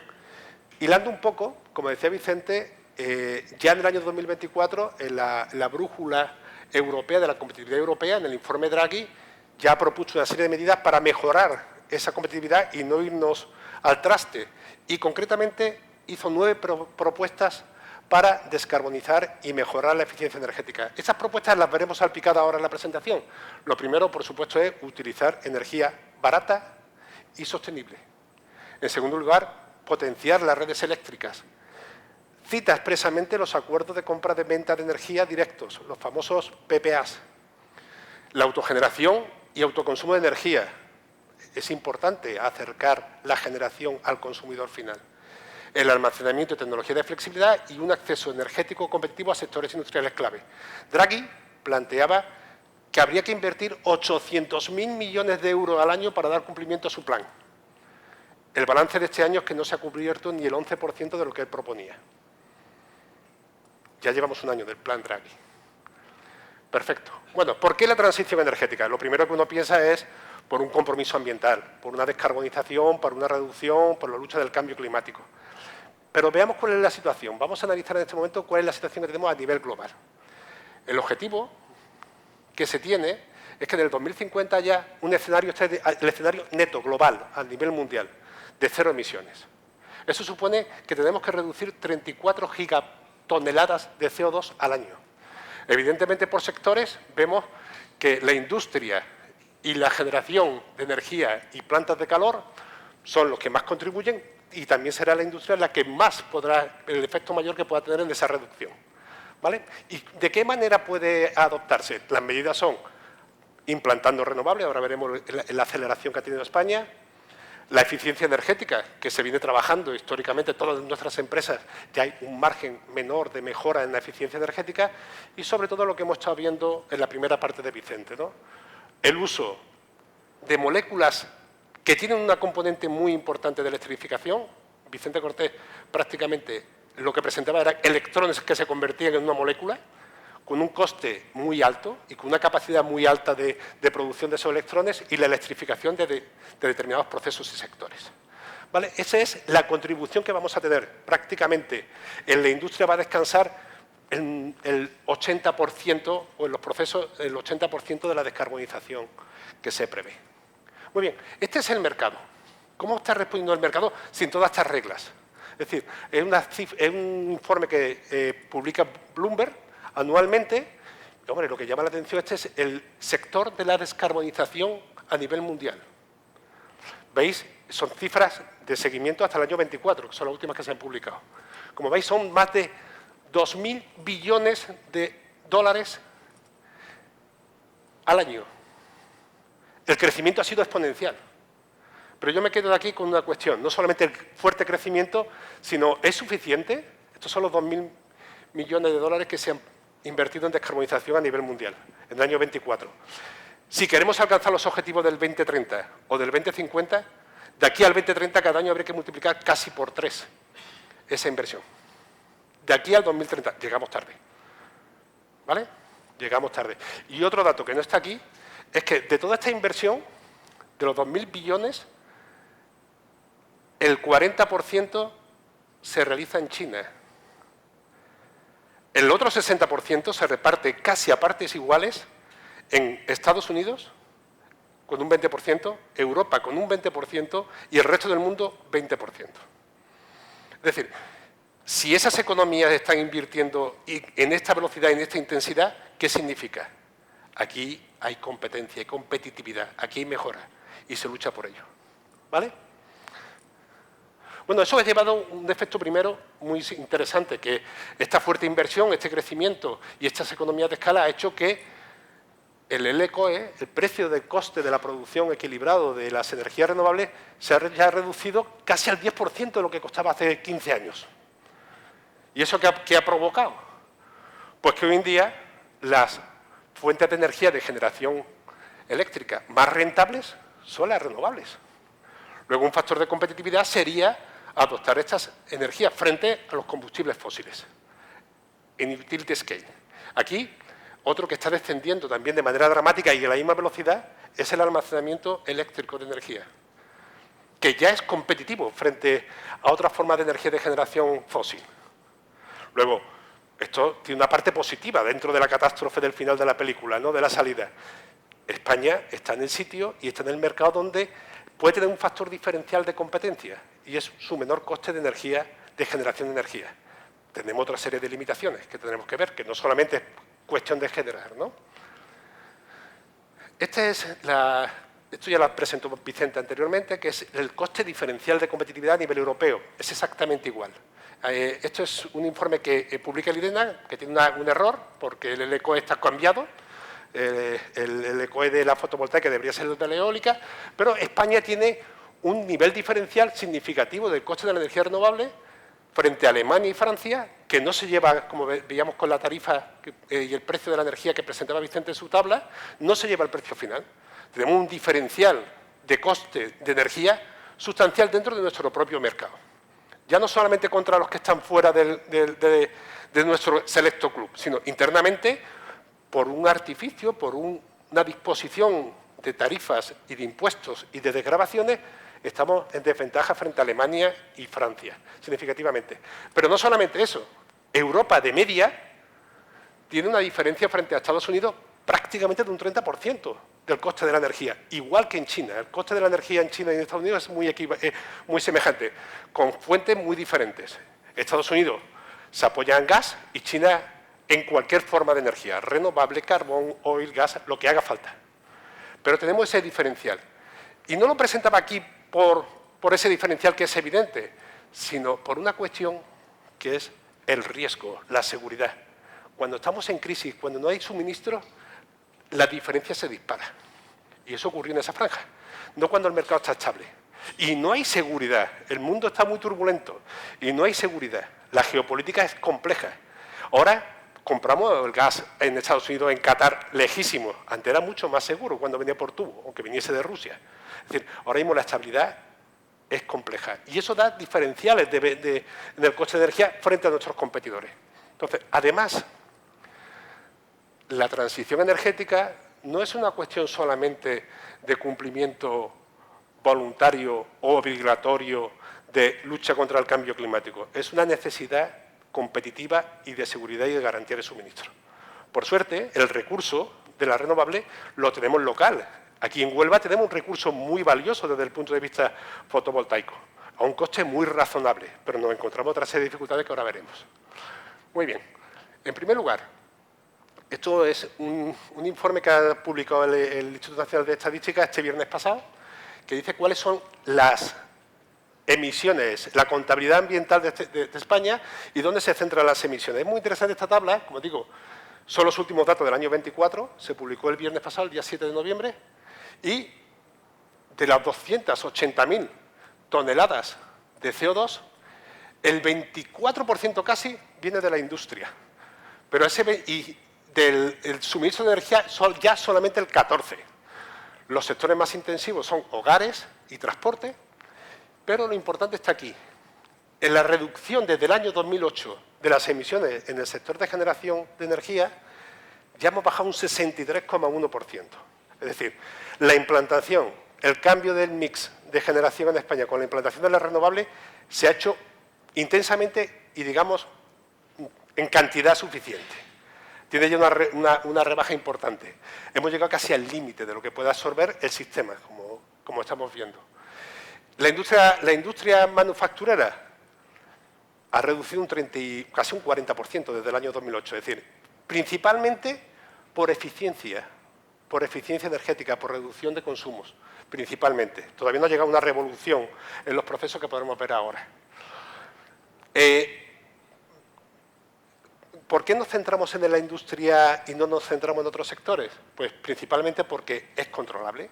El transporte es muy disperso, el residencial es muy disperso y el comercial es muy disperso. La generación de energía ya se ha cometido y el objetivo es reducir las emisiones del sector donde, importante, el 34% aproximadamente del consumo energético ya está electrificado. Lo positivo es que tenemos un 54 que es de origen fósil, que ahí podríamos atacar y trabajar en reducir esas emisiones. Bueno, ¿cómo electrificar la industria? Bueno, muy fácil.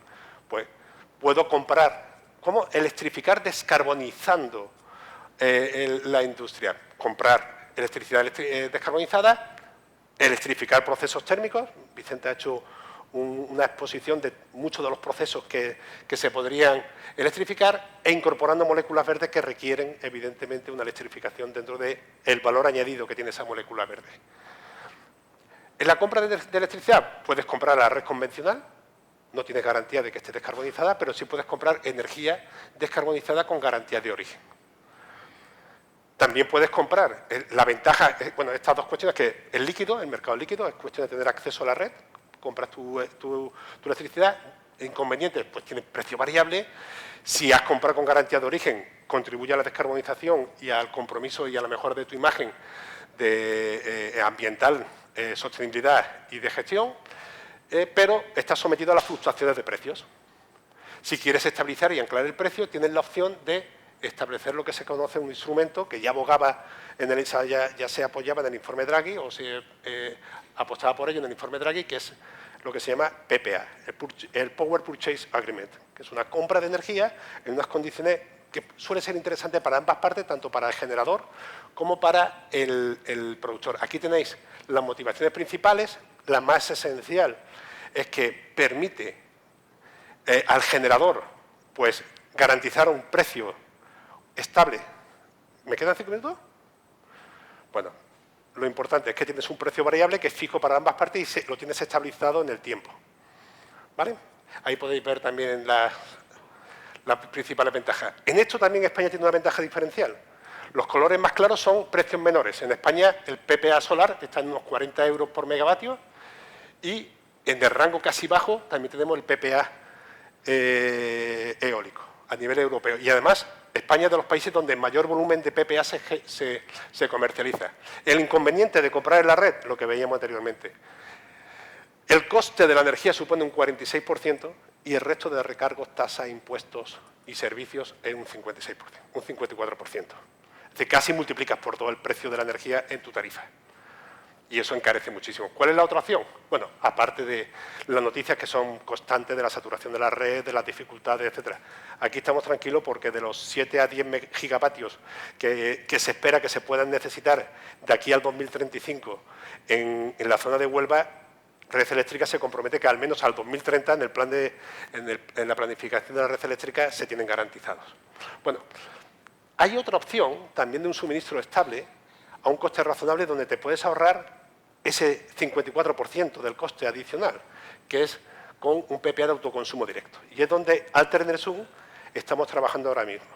Alter Enersum vinimos a Huelva en el año 2017-2018 para desarrollar plantas de generación cerca del gran consumo.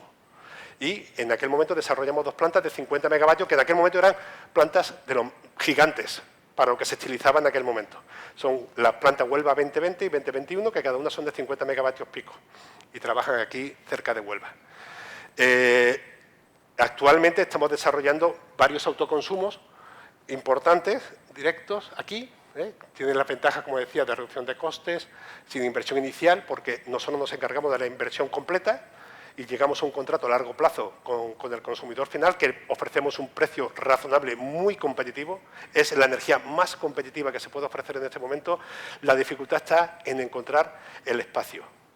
Tuvimos la fortuna, aquí en Huelva, de encontrar una zona portuaria, que es la zona 1 de recuperación de la balsa de Fosfollesos, donde una solución también ambiental protectora a 30 años es instalar allí una planta solar fotovoltaica. Y ahí es donde estamos desarrollando el proyecto Puerto Sostenible, que abastece con 30 megavatios pico a Atlantic Copper, una línea directa muy cercana. El desarrollo del proyecto, contamos con el apoyo, no solamente con la iniciativa de la propia compañía, sino con el apoyo directo de todas las autoridades, empezando por el propio puerto, que nos ha apoyado desde el primer momento el puerto de Huelva, porque es una solución con todas las garantías y ambientalmente perfectamente responsable. Pero también contamos con el apoyo del Ayuntamiento de Huelva y de todas las administraciones implicadas, tanto ambiental como de energía. Ese proyecto se complementa con toda la red que estamos desarrollando ahora mismo para abastecer y satisfacer al proyecto NUVA, que es la primera fase del proyecto del Valle del Hidrógeno que Moeve está promoviendo aquí en Huelva. Moeve lo promueve con dos socios adicionales en este momento, con Alter Enersum y con Enagas Renovable. Nosotros estamos desarrollando para el proyecto NUVA otras plantas de autoconsumo directo que suponen en total 635 megavatios nominales, que van a producir cerca de 1.400 gigavatios hora año, una inversión cercana a los 400 millones de euros y, bueno, generará más de 1.000 empleos en la fase de construcción y 39 empleos, exageré un error, en la fase de explotación. ¿Por qué se desarrolla ese proyecto? Primero, porque hay recursos, hay disponibilidad, tenemos también la respuesta y el apoyo por parte de las administraciones locales y autonómicas, pero la clave está en uno de los cuellos de botella y es en esta delgada línea verde, que es la clave para poder traer la energía al consumidor final, que es donde están las restricciones, las limitaciones. Y esa es la clave del proyecto de generación que estamos desarrollando desde Alter Enersum para el proyecto ONUVA. Muy bien. Bueno, simplemente decir que Alter Enersum somos una empresa familiar, empresa familiar con 150 empleados, que estamos invirtiendo fuertemente en desarrollo de capacidad de almacenamiento y con una fuerte capacidad de generación de energía en este momento. Y trabajamos en 3 países. Electrificación de procesos térmicos. Voy a ir muy rápido. Muy rápido. Me voy a ir 3 minutos. El 60% casi de los procesos industriales son procesos térmicos, de los cuales solamente se electrifica el 4%. Hay un mercado importante. Ya Vicente estaba anteriormente explicando cuáles son las tecnologías que se pueden llegar a aplicar y los rangos y los distintos sectores. Es decir, sectores de media y baja temperatura, hasta los 400 grados, tienen tecnología más que suficiente para suministrarse. Simplemente voy a dar cifras para que veáis la dimensión de lo que se puede llegar. Rangos muy importantes, volúmenes muy importantes y aplicaciones que ya son comercialmente competitivas frente al combustible fósil. Hay una batería importante de tecnología que se pueden ir aplicando desde los distintos rangos. En desarrollo para menores de 500 grados, pues calderas eléctricas, bombas de calor, calentamiento por resistencia, inducción, etcétera, se pueden aplicar perfectamente. Y esta transparencia muy interesante, publicada por el Monitor Económico de Deloitte, donde dice que actualmente la electrificación directa de estos procesos es del 32% en España, pero que se puede llegar hasta el 73%, con un 41% de manera inmediata y comercial. Aquí lo que hay que competir es con la instalación existente. Por sectores, pues en el sector químico, por ejemplo, que es el que destaco aquí, actualmente el 23% tiene electrificación directa, pero hay un 65% que a medio plazo se podría electrificar. Además de estos equipamientos de calentamiento directo de electricidad, existe el almacenamiento térmico como posibilidad aprovechando las circunstancias del mercado. Es decir, hoy en día se están dando muchos curtailments, es decir, generación por encima del consumo, que obliga a que se paren las plantas fotovoltaicas, la famosa curva de Pato, que hay una serie de horas donde el precio cae en picado, incluso negativo, en las horas centrales del día, que se va acentuando a medida que se va penetrando mayor la energía renovable y picos, y va generando picos alrededor de esas horas. Y luego, el número de horas en las cuales la energía eléctrica está por debajo de la energía fósil más los derechos de emisión. Todo eso hace que actualmente, frente a tecnologías directas de calentamiento directo, el almacenamiento térmico empiece a tener también una competitividad interesante, unos números que salen bastante interesantes. Aquí se aprovechan las horas de menor precio para cargar y se descarga en altas horas. Interesante, hay oferta, hay tecnología, hay empresas tecnológicas en Andalucía como puede ser RPOU, como está Energy Nest, como Bull2Zero, con implantación local, que compiten a nivel internacional y son referentes, es decir, que lo tenemos muy cerca. Aquí también habría un diferencial dentro de la Unión Europea frente a otros países de ventaja en el ECOE de estas tecnologías, y las moléculas verdes lo dejo aquí porque Vicente ha entrado suficientemente bien. Aquí simplemente un dato. Cerca del 60% del coste de la producción de hidrógeno es electricidad. Y estamos lejos de lo que serían los precios razonables aplicando incluso los criterios de la Red 3. Hay, Vicente lo explica anteriormente, un proceso integral de utilización del hidrógeno como base para producir distintos procesos y, bueno, ahora mismo el uso principal está en las aplicaciones, los denominados valles, en aplicaciones directas. Y, bueno, simplemente eso. Disculpa, son 3 minutos. Gracias.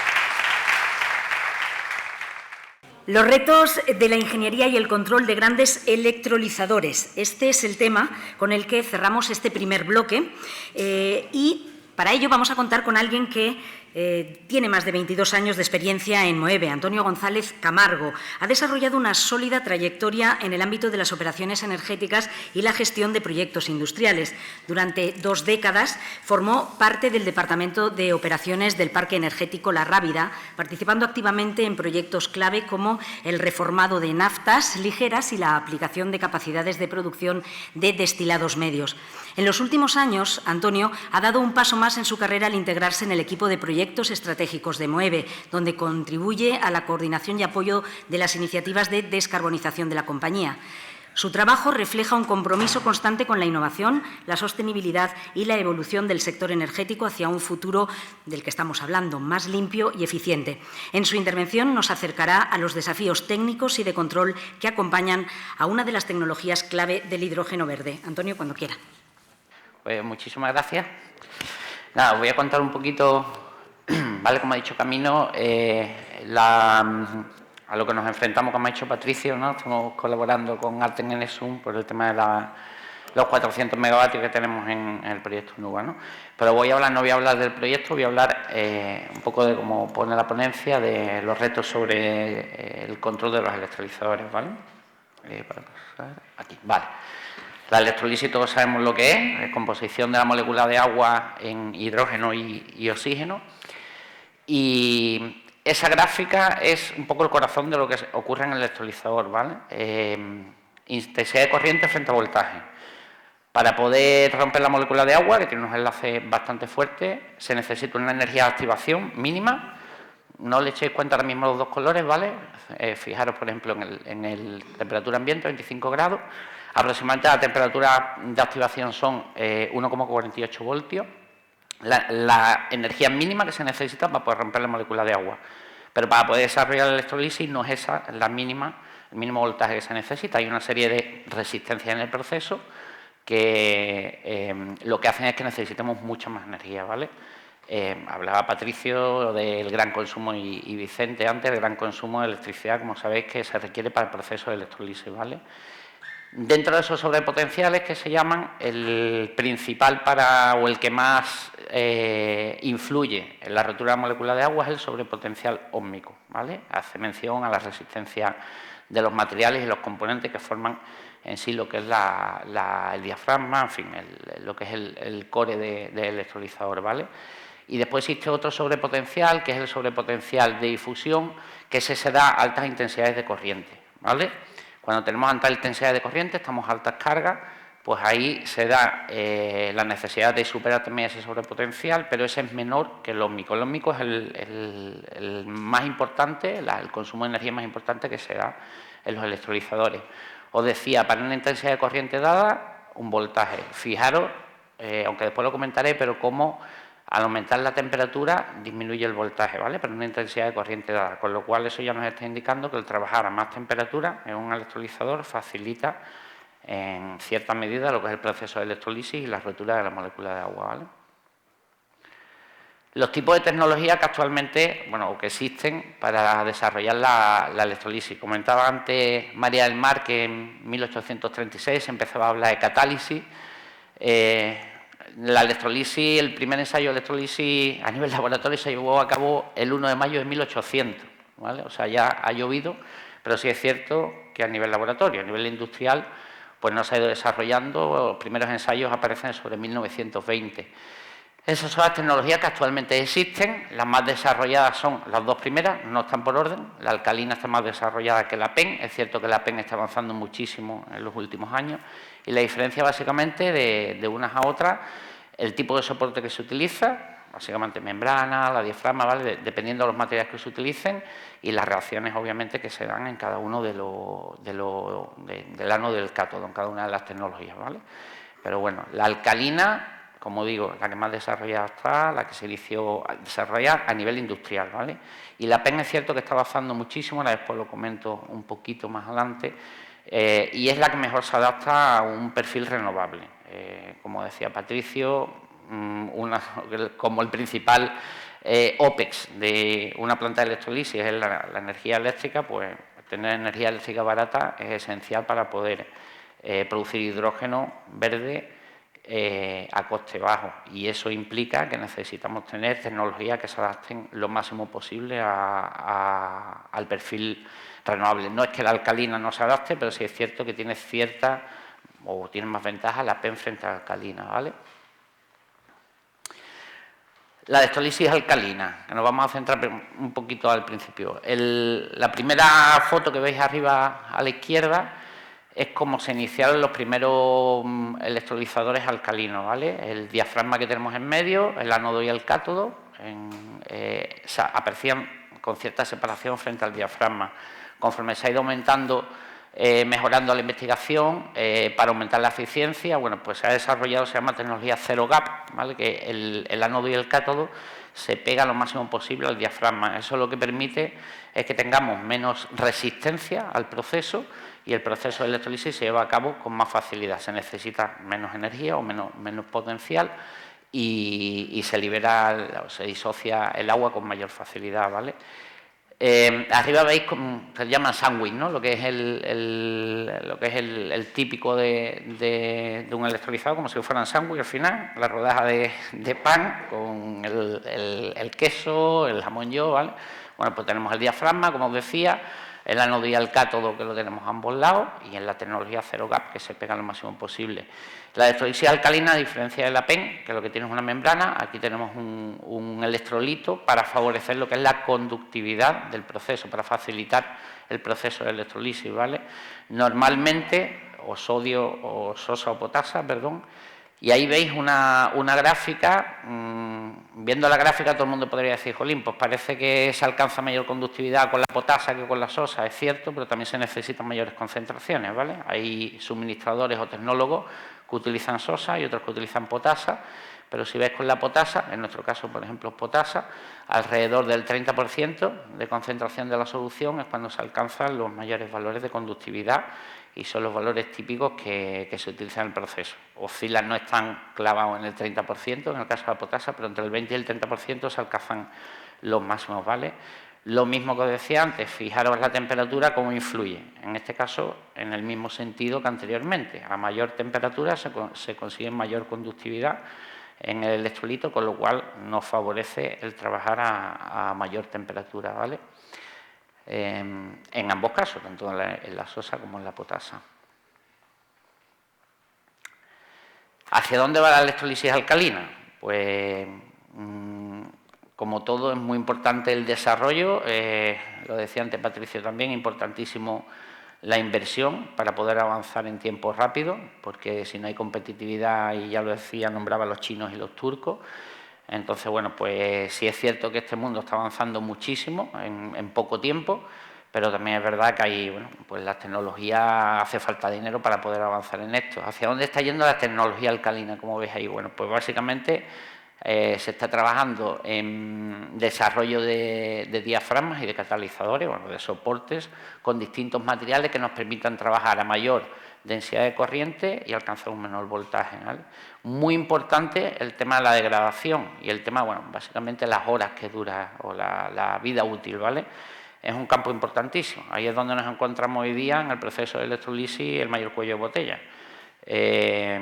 Los tecnólogos te suelen dar, bueno, veis ahí unas horas estimadas, unas 60.000 horas, y otros que se lanzan a la piscina dan 80.000 horas. Cuanto más tiempo seamos capaces de mantener lo que es el electrolizador en funcionamiento, sin degradación o con la mínima degradación, por supuesto, pues alcanzaremos los valores más bajos de producción de hidrógeno. Y otro tema muy importante, el tamaño del stack. Actualmente los stacks suelen ser de pequeñas dimensiones, ¿vale? Es cierto que aunque ahí pone que el actual es de 1 megavatio, hay tecnólogos que van sumando al final stacks de menos megavatios. Ya hay empresas, aunque ponen el 2050, ya hay empresas que tienen stacks de 10 megavatios. Yo, sin ir más lejos, estuve en Estados Unidos a principios de año visitando una compañía americana que ya tiene, estando Trump ahora mismo en el poder, y lo están desarrollando, y la verdad es que tienen unas instalaciones brutales y ya tienen stacks de 10 megavatios, y los vimos operando, y la verdad que tienen muy buena pinta. Están luchando un poco contra el gobierno también ahora mismo, porque teniendo a Trump dirigiendo el país, pero bueno, están saliendo también a Europa.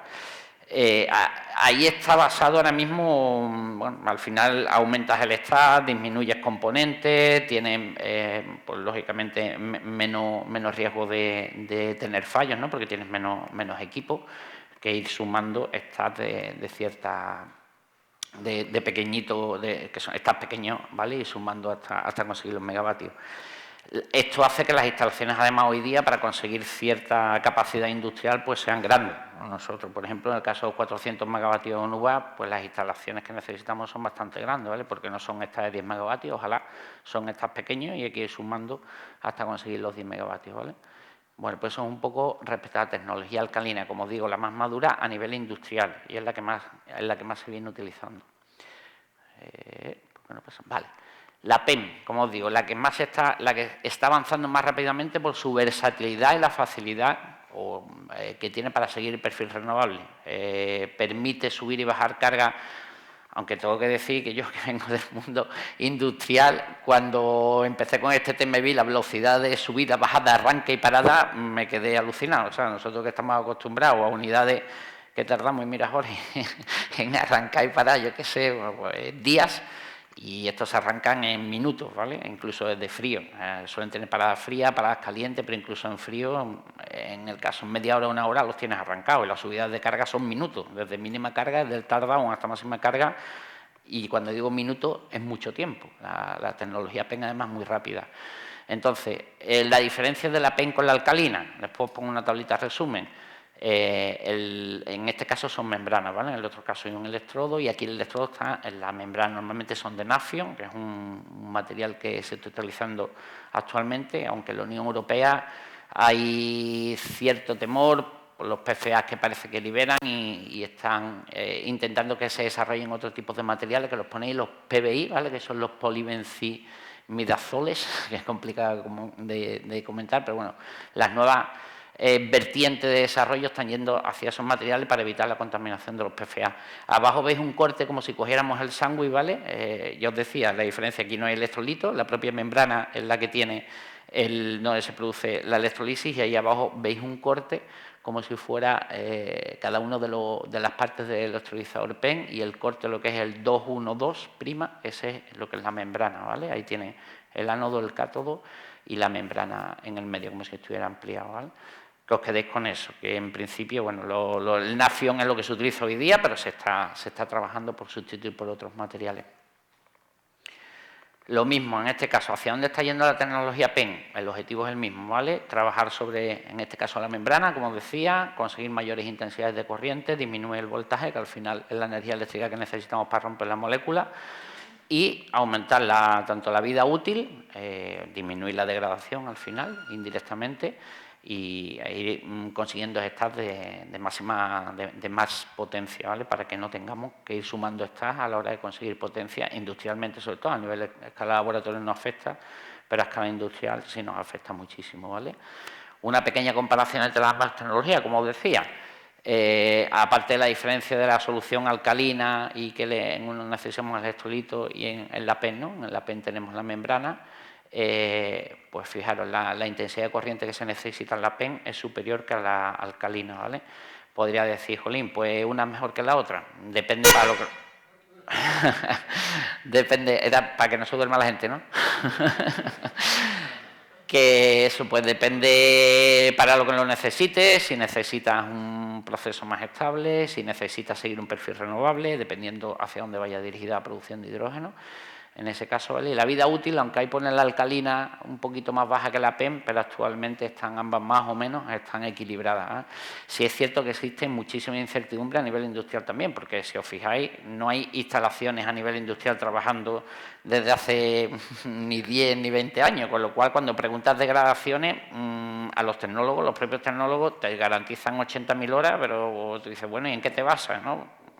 Pruebas laboratorio, lógicamente, haciendo modificaciones, oscilaciones, parando, arrancando, pero a escala industrial no existe todavía, no hay instalaciones de envergadura con suficiente tiempo como para poder corroborar esos números.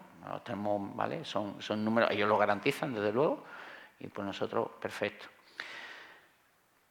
¿Cómo controlamos los electrolizadores? Ahí os aparece la misma curva que antes. Esto es, como decía, ¿vale? El core de lo que es la electrolisis, la intensidad de corriente. Al final aumentamos o bajamos carga, aumentando la intensidad de corriente o disminuyendo la intensidad de corriente. Lo que os decía, una intensidad de corriente mínima, que se llama energía de activación, para poder iniciar el proceso, y el sobrepotencial ósmico, que es la parte gorda del sobrepotencial, de la energía eléctrica, de la intensidad de corriente, que hay que alimentar o que hay que utilizar para poder romper esa molécula de agua.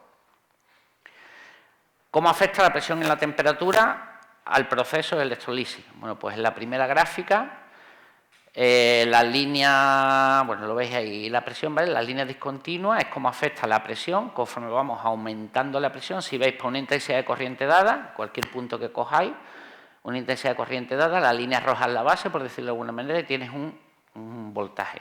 Conforme aumentas la presión, el voltaje va aumentando, es decir, te cuesta más producir, más OPEX, producir el hidrógeno.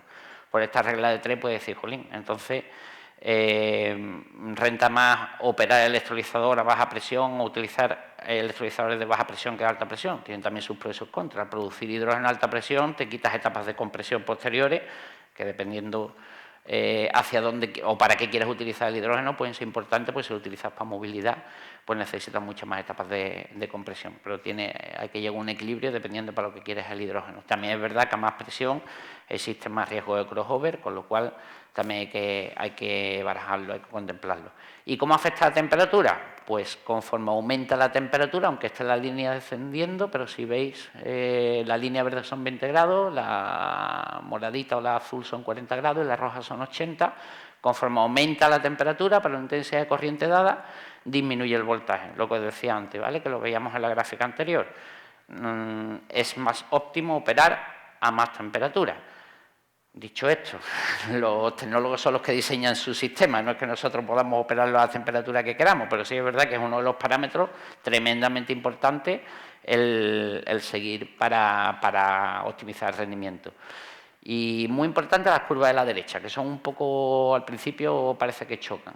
Para una intensidad de corriente dada, fijaros, como decíamos, si disminuimos la intensidad de corriente, disminuye el voltaje, pero aumenta la eficiencia. Qué curioso, conforme operamos a menos carga, nos cuesta menos, pero tenemos menos voltaje y aumenta la eficiencia. Es decir, trabajar a menos carga en un electrolizador implica tener mayor rendimiento que trabajar a alta carga. Es cierto, eso es así, ¿vale?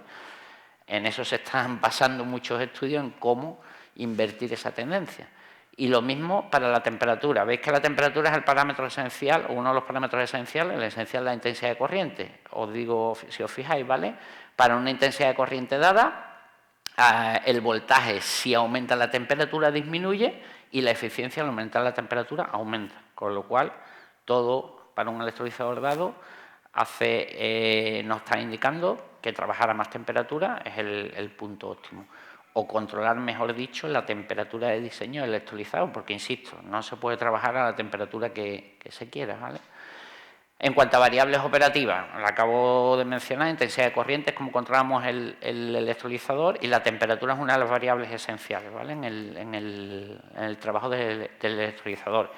Detectores de gas, analizadores, por supuesto, y todos los que trabajamos en la industria estamos acostumbrados a trabajar con ellos, pero aquí todavía implican más importancia por el tema de que los electrolizadores, no sé si habéis visto algunos electrolizadores ya a nivel industrial, y aunque no sea a nivel industrial, pero están todos encasetados, por decirlo de alguna manera, bajo una cubierta, y entonces pues son esenciales esos detectores para detectar fugas de hidrógeno, ¿vale? O detectores de llama para evitar o detectar alguna llama, ¿vale? Y la pureza de hidrógeno, por supuesto, ya no solo por la calidad, sino por el tema del crossover que os decía, ¿vale? El crossover es el paso de hidrógeno al oxígeno o al revés, ¿vale? O el oxígeno en el hidrógeno para evitar atmósferas explosivas. La pureza del agua, imprescindible. Si no tenemos un agua muy pura, los electrolizadores necesitan un agua ultra pura. La alcalina un poquito menos que la PEM, pero bueno, hablamos de la alcalina, necesita un microsiemens aproximadamente, y la PEM estamos hablando de 0,1, 0,2 microsiemens, ¿vale? Y la eficiencia, obviamente, es la materia prima, y tenemos que controlar que los consumos de agua sean los adecuados, ¿no? Y que no vayan aumentando, porque si no se nos está yendo, ¿vale? Y la eficiencia eléctrica, pues lo comentaba antes Patricio. Ahora lo pongo en una tablita, lo pongo por aquí. Bueno, el control de la temperatura, perdón, antes de pasar a la otra tabla, esos son dos esquemas, 2 minutos, son dos esquemas, ¿vale? Típicos de un electrolizador alcalino a la izquierda, un electrolizador PEM a la derecha. ¿Cómo se controla la temperatura? Lo que os decía, no tenemos control para aumentar la temperatura, es decir, yo quiero operar aquí a 90 grados, a 100 grados, bueno, por debajo de 100 grados. Controlar que esos intercambiadores de calor que tenemos, en el caso de la alcalina, que lo que hacen es calentar el electrolito, y en el caso de la PEM, en el circuito de recuperación de agua, operen a la máxima eficiencia posible, controlar el ensuciamiento. Ese es el core, el secreto para mantener la temperatura de operación en un electrolizador. Conforme se nos vayan ensuciando esos cambiadores, vais disminuyendo la temperatura, y habéis visto la influencia que tiene la temperatura en el sistema, ¿vale? Los retos: eficiencia eléctrica, la eficiencia energética, perdón, lo comentaba además Patricio, entre el 60-70% de los costes de la producción de hidrógeno a través del electrolisis viene de la electricidad, con lo cual el tener energía eléctrica barata y disponible, por supuesto, pero sobre todo barata, es imprescindible. Ahí entra en juego las energías renovables, y el poder seguir ese perfil renovable, tener esa versatilidad con los electrolizadores.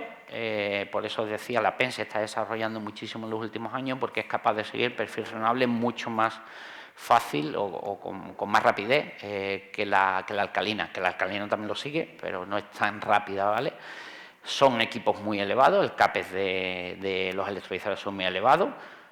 Se necesitan competencias, se necesita investigación para poder avanzar. En este caso, hablábamos de los chinos, siempre lo comentaba ahora también en el café con algún compañero. En Europa tenemos que luchar por la calidad, creo que luchar contra los costes es complicado, y entre todo lo que hacemos, pues siempre luchar por la calidad, y sobre todo el aumentar la vida útil de los electrolizadores para disminuyendo la degradación, ¿vale? Los materiales son materiales muy caros, y aquí es muy importante el tema de la maximización de los metales nobles.